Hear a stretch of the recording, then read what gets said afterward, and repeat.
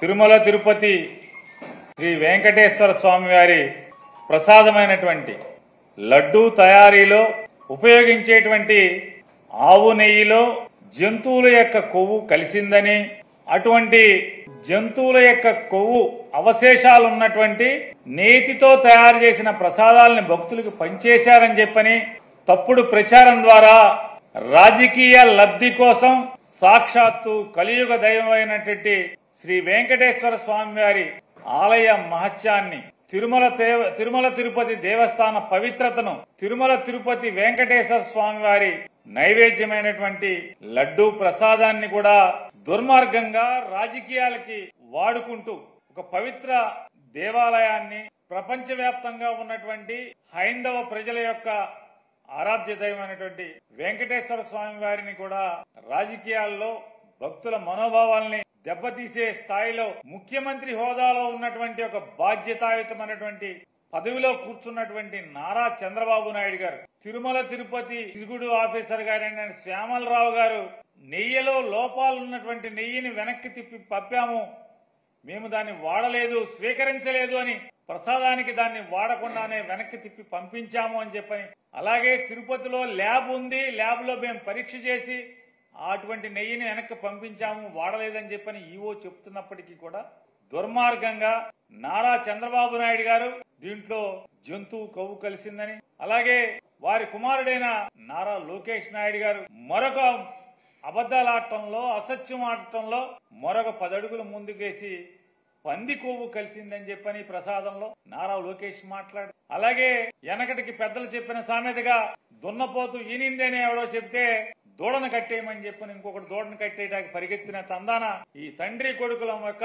దుర్మార్గపు మాటలని, దున్నపోతు ఈంతే దూడ కట్టేయడానికి ఎవడో పరిగెత్తినట్టుగా పవన్ కళ్యాణ్ గారు దాన్ని భుజానేసుకుని ఆ మాటను ప్రచారం చేయడం. వీళ్ళందరూ కలిసి ఉమ్మడిగా కూటమిగా చేసినటువంటి ఈ కూటమి పాపాన్ని ప్రక్షాళన చేసేదానికి సెప్టెంబర్ మాసం 28వ తారీఖున, అంటే ఈ నెల 28వ తారీఖున శనివారం తిరుమల వెంకటేశ్వర స్వామి వారి యొక్క పవిత్రతని వీళ్ళ ముగ్గురు కలిసి, కూటమంతా కలిసి అపవిత్రం చేసినటువంటి దౌర్భాగ్య పరిస్థితి, వాళ్ళ పాపాలని క్షమించి వదిలేమని, దానికి పరిహారం కోసం జగన్మోహన్ రెడ్డి గారి యొక్క పిలుపు మేరకు ఈ శనివారం 28వ తారీఖున ప్రతి నియోజకవర్గంలో కూడా వివిధ దేవాలయాల్లో భక్తులు గాని, ప్రజలు గాని, అలాగే వైఎస్ఆర్ కాంగ్రెస్ పార్టీ కార్యకర్తలు గాని ప్రతి ఒక్కరు కూడా ఆ రోజు ఈ కూటమిగా వీళ్ళు ఏర్పడి స్వామివారి పవిత్రతని ఈ రకంగా కిరాతకంగా పాపానికి ఒడిగట్టిన దాన్ని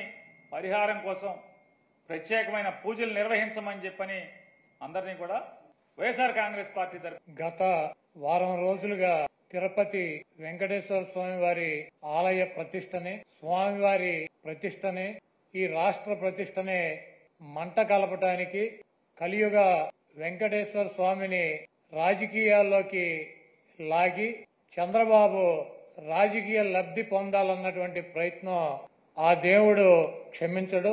గతంలో చంద్రబాబు నాయుడు ప్రభుత్వం 5 సార్లు ఉండగా సేమ్ మేమైతే ఎలా అయితే టెండర్లు పిలిచామో అదే రకంగా చంద్రబాబు నాయుడు కూడా టెండర్లు పిలిచి ఆ 5 సంవత్సరాల్లో 4 బిడ్డలుంటే 4 కంపెనీలకు 4 సార్లు ఇచ్చాడు.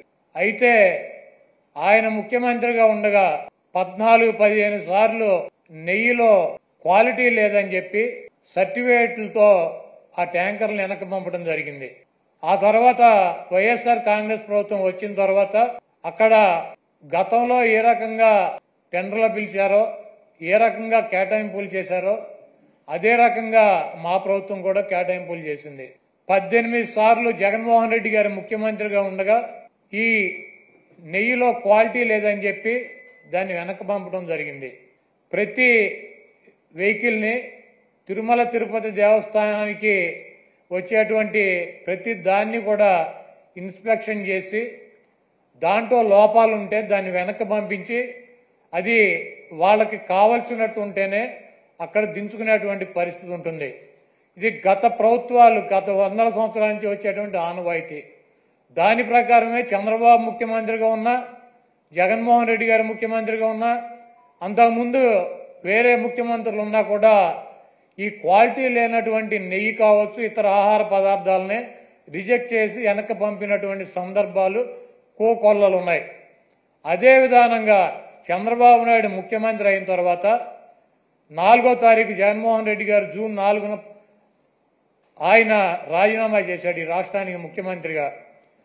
జూలై 17వ తారీఖు వరకు అనేక ఆహార తినుబండారాలు, ఆహారాన్ని సరఫరా చేసేటువంటి టెండర్లో తీసుకున్నటువంటి కాంట్రాక్టర్లో నెయ్యి సప్లై చేశారు, ఆహార పదార్థాలు సప్లై చేశారు. వాటిల్లో చంద్రబాబు ముఖ్యమంత్రిగా ఉండగా 17వ తారీఖున వచ్చినటువంటి ఒక ట్యాంకర్లో వాళ్ళకి కావాల్సినటువంటి మెజర్మెంట్స్లో లేదు నెయ్యి, కాబట్టి మేము దీన్ని రిజెక్ట్ చేస్తున్నాం అని చెప్పి దాన్ని వెనక పంపడం జరిగింది.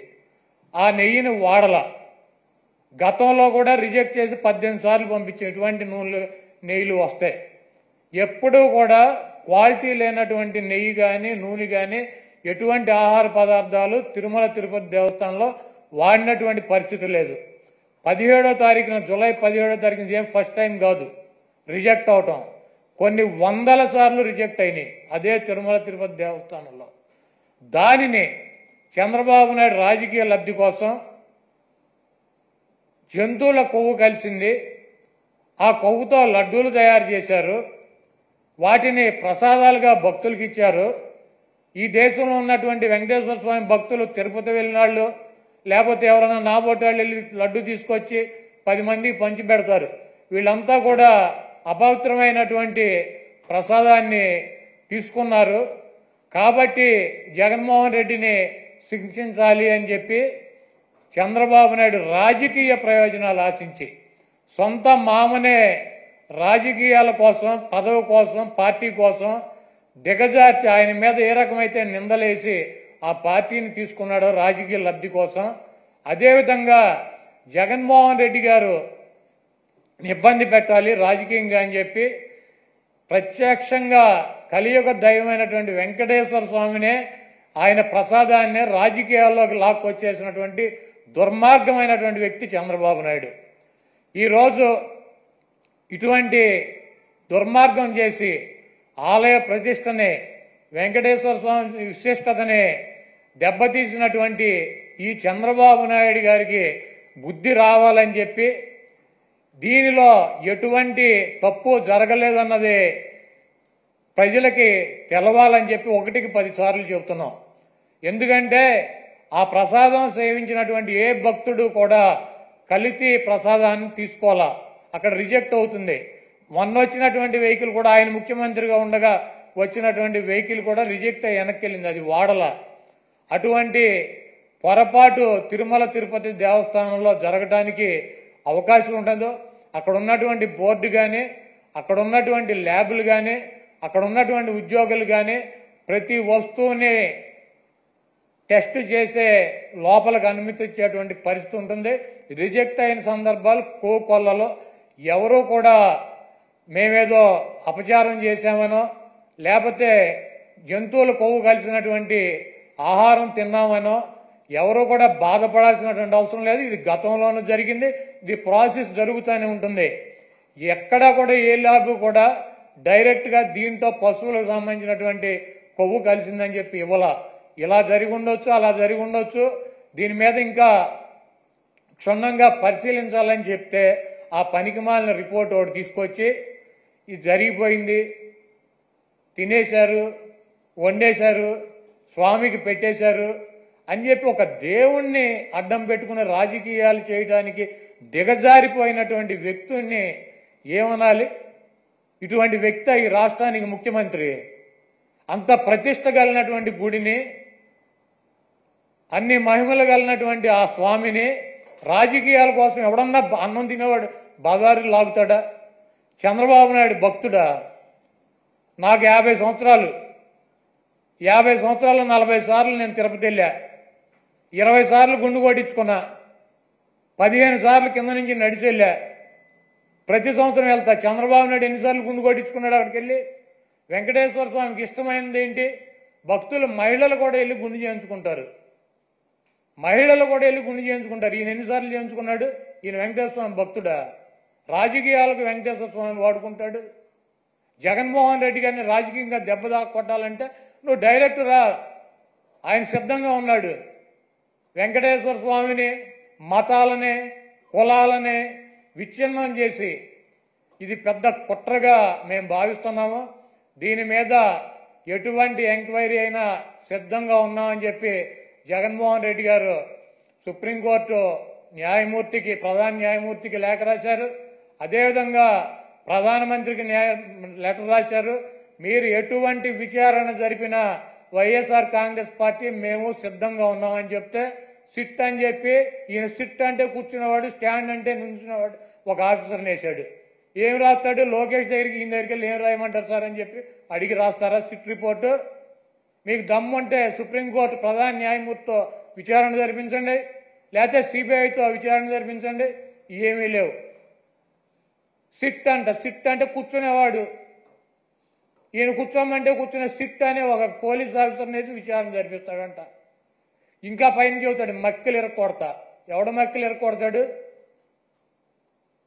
కాకినాడ ఎమ్మెల్యే ఒక ఎస్సీ ఒక కాలేజీ ప్రొఫెసర్ని మక్కిలు ఇరక్కొట్టాడు. నువ్వేం చేసావు? ఆ ఎమ్మెల్యే మక్కిలు ఇరక్కొట్టావా? వెస్ట్ గోదావరి జిల్లాలో ఈ రాజ్యాంగాన్ని రచించినటువంటి డాక్టర్ బిఆర్ అంబేద్కర్ గారి పటాన్ని చించి అవతల వారేశాడు. అక్కడ దళితులు ఆందోళన చేస్తున్నారు 2 చోట్ల కూడా. నువ్వేం చేసావు? 2 ఎమ్మెల్యేలు మక్కిలు ఎరకొట్టావా? ఈ రాష్ట్రంలో నీ పార్టీ కార్యకర్తలు, నాయకులు బరి తెగించి రోడ్ల మీద వైఎస్ఆర్ కాంగ్రెస్ పార్టీ కార్యకర్తలను చంపుతున్నారు, నాయకులను చంపుతున్నారు. వీళ్ళ మక్కిలు ఎరకొట్టావా? వాళ్ళ మీద కనీసం కేసులు పెట్టగలిగావా?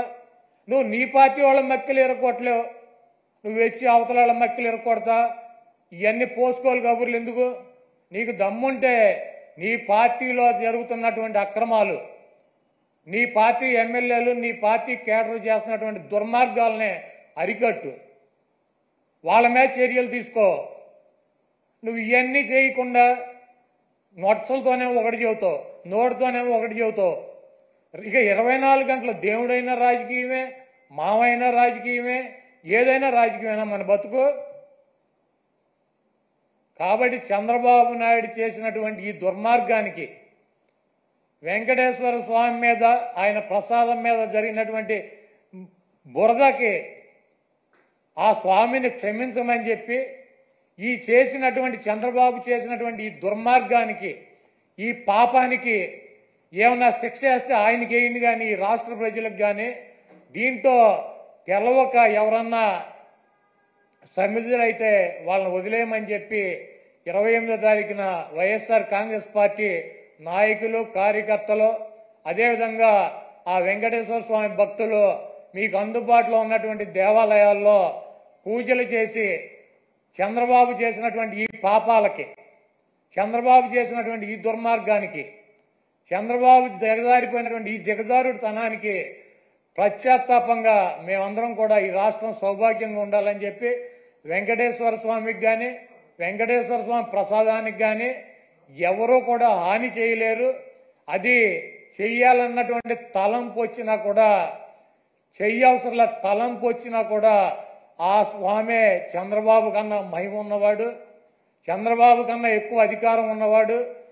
చంద్రబాబు లాంటి 1,00,000 మంది చంద్రబాబులను కూడా వెంకటేశ్వర స్వామిని కన్నెత్తి కూడా చూడలేనటువంటి శక్తి సామర్థ్యాలు ఉన్న ఆయన తప్పు ఈ కార్యక్రమంలో ఆయన పేరు అడ్డం పెట్టుకుని ఎవరైతే ఈ దుర్మార్గానికి పాల్పడ్డారో ఆ దేవుడే, ఆ వెంకటేశ్వర స్వామి ఆ వ్యక్తి మక్కిలెరకొట్టి ఒక మూల కూర్చోబెట్టే పరిస్థితి త్వరలోనే మనం అందరం చూస్తాం. ప్రాయశ్చిత్త దీక్ష చేస్తున్నారు అంటే సహజంగా ప్రాయశ్చిత్త దీక్ష ఎవరు చేస్తారు? తప్పులు పాపాలు ఎవరు చేస్తే వాళ్ళు ప్రాయశ్చిత్తం దీక్ష చేస్తారు. తెలుసో తెలియకో మేము పాపాలు చేశాము, తెలిసి చేశాము, తెలియక చేశాము అని ఆ దేవుణ్ణి వేడుకొని ఆ ప్రాయశ్చిత్తాన్ని కోరుకుంటారు. చంద్రబాబు నాయుడు గారు, పవన్ కళ్యాణ్ గారు ప్రస్తుతం అవసరార్థం అనండి లేదా లాభాల కోసం అనండి,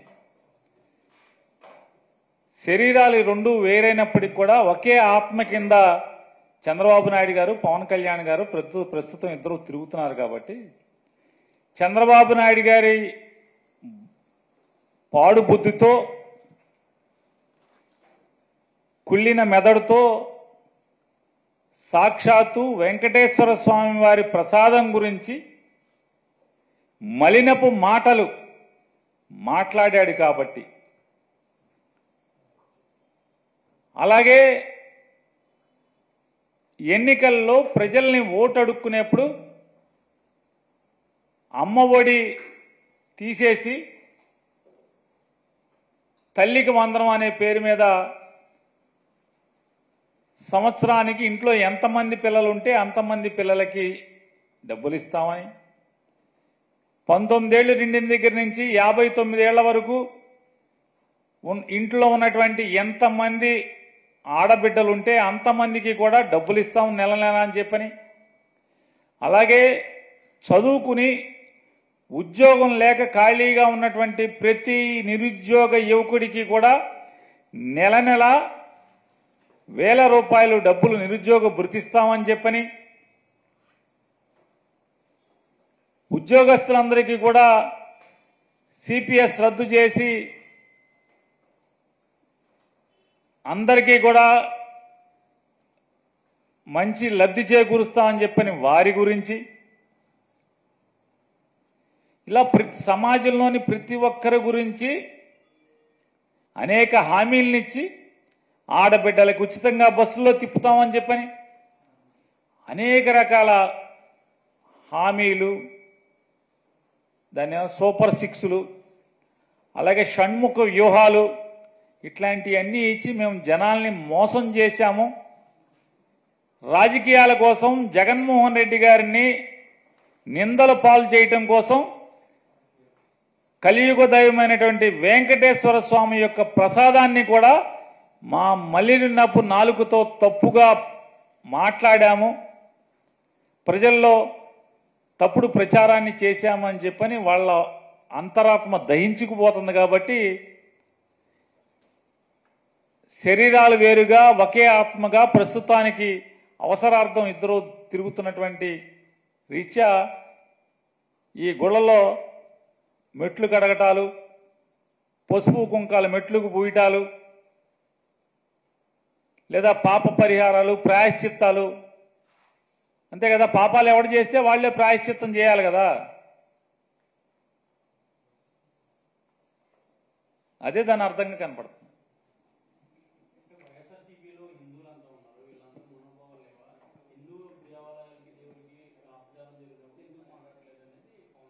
ఎవరంటున్నారు సార్? పవన్ కళ్యాణ్ గారా?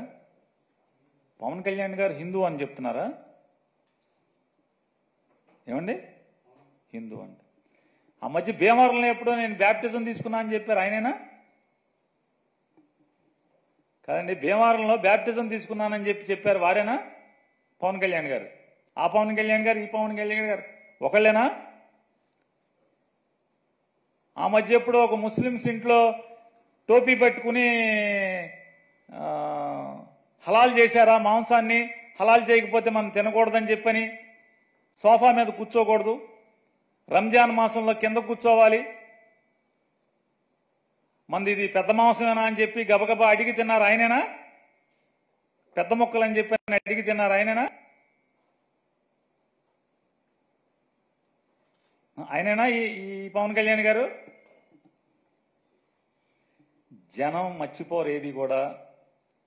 పవన్ కళ్యాణ్ గారు మీరు బ్యాప్టిజం తీసుకున్నానని చెప్పి మీరు చెప్పింది ఎవరు మర్చిపోరు. నాకు మతం లేదు, కులం లేదని చెప్పినా మీరు ఎవరు మర్చిపోరు. మీరు రష్యా చర్చిలో యేసు ప్రభువు యొక్క మందిరంలో మోకాళ్ల మీద మోకాళ్ళ దండేసింది కూడా ఎవరు మర్చిపోరు. మీ పిల్లలకి క్రైస్తవ పేర్లు పెట్టుకున్నా కూడా ఎవరు మర్చిపోరు. తప్పు లేదు, తప్పు అని నేను అంటలా. అంటే మీరు ఇవాళ కొత్తగా శ్రీ వైష్ణవ మతం ఎవరన్నా కొత్తగా పుచ్చుకుంటే ఒంట్లో ఎన్ని భాగాలు ఉంటే అన్ని భాగాలకి నామాలు పెట్టుకున్నా అంటే ఎవడో ఈయనలాంటోడు ఎవడో అట్లా కొత్తగా ఈయన హిందూ మతం తీసుకుని ఉంటాడు. మేమందరం పాత రోజుల నుంచి పుట్టిన కాడి నుంచి హిందువులే మేమందరం కూడా.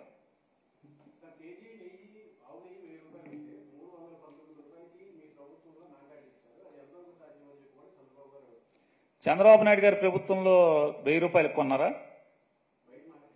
కాదండి, నేను అనేది చంద్రబాబు నాయుడు గారు ముఖ్యమంత్రిగా ఉండగా తిరుమల తిరుపతి దేవస్థానం అంటే చంద్రబాబు నాయుడు గారి నాయకత్వంలో ఆయన దస్తూరితో ఆయన సంతకంతో ఎగ్జిక్యూటివ్ ఆఫీసర్గా చైర్మన్గా ఉద్యోగాలు సంపాదించినటువంటి బాడీ ఎంతకి కొంది?